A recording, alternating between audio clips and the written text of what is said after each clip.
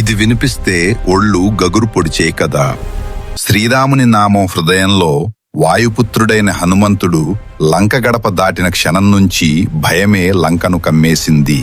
అశోకవనంలో సీతమ్మను చూసి ధైర్యమిచ్చి రాముని శక్తిని గుర్తు చేసిన అదే వానరుడు రాక్షసుల అహంకారానికి ప్రశ్నగా మారాడు. బంధించబడ్డాడు. తోకకు నిప్పు పెట్టారు.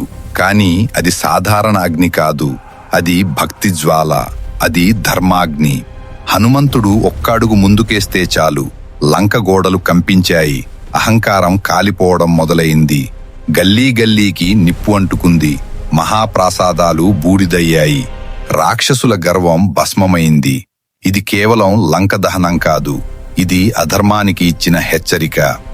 రాముని దూత అంటే ఎలా ఉండాలో ప్రపంచానికి చూపించిన క్షణం ఇది.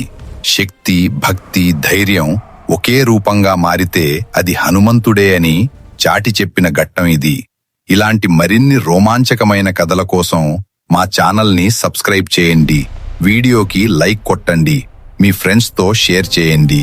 జై శ్రీరామ్.